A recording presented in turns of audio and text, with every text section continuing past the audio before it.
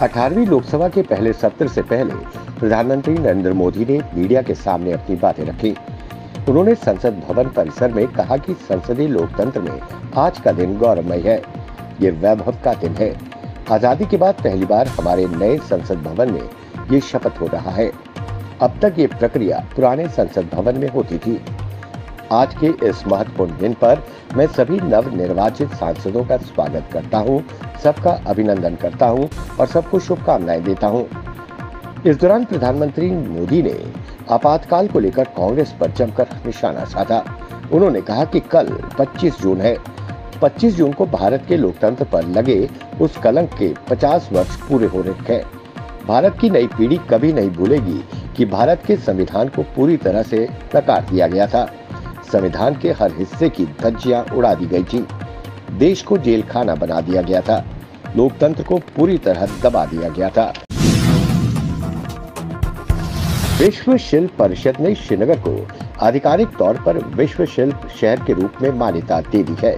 ये प्रतिष्ठित सम्मान शहर के समृद्ध विरासत और इसके कारीगरों के असाधारण कौशल को रेखांकित करता है। शहर की कलात्मकता ने वैश्विक प्रशंसा अर्जित की है। उपराज्यपाल मनोज सिन्हा ने इस उपलब्धि पर खुशी जताते हुए कहा कि ये सम्मान हमारे कारीगरों की कड़ी मेहनत और असाधारण प्रतिभा का प्रमाण है। हमारे कारीगर और ये सुनिश्चित कर रहे हैं कि ये प्रशंसा समुदाय के लिए ठोस लाभ में तब्दील हो।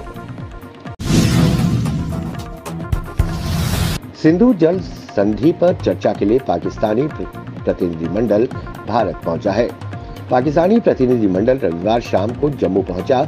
जम्मू में जिस होटल में पाकिस्तानी प्रतिनिधिमंडल रुका हुआ है, उसके बाहर सुरक्षा के कड़े प्रबंध किए गए हैं। बता दें, सिंधु जल संधि पर 1960 में तत्कालीन प्रधानमंत्री जवाहरलाल नेहरू और पाकिस्तान के पूर्व राष्ट्रपति अयूब खान ने हस्ताक्षर किए थे। इस संधि के तहत दोनों देश साल में एक बार बारी बारी से भारत और पाकिस्तान मिल सकते हैं। बाबा श्री अमरनाथ यात्रा की तैयारियां पूरी हो चुकी हैं। 29 जून से यात्रा शुरू हो रही है। पहला जत्था जम्मू से 28 जून को पहलगाम व बलटाल के लिए रवाना होगा। यात्रा के दोनों मार्गों पहलगाम व बलटाल पर सुरक्षा बलों की तैनाती हो रही है। कैंप निदेशक यात्रा शुरू होने से 3 दिन पहले अपने अपने शिविरों के कामकाज को संभाल लेंगे।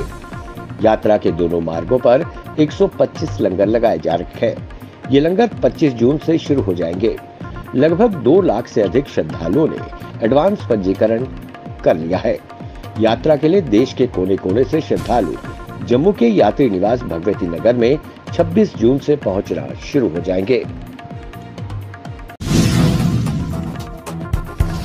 कठुआ के पहाड़ी क्षेत्र बनी इलाके में संदिग्धों का दिखना, इसके बाद शिवखोड़ी के श्रद्धालु पर आतंकी हमला व चिनाब वैली के भद्रवा व कठुआ में आतंकी मुठभेड़ और अब बीते रविवार को पर्यटन स्थल पत्नीटॉप में संदिग्ध दिखना, ये सब जम्मू संभाग के पर्यटन को प्रभावित करने का आतंकी षड्यंत्र है।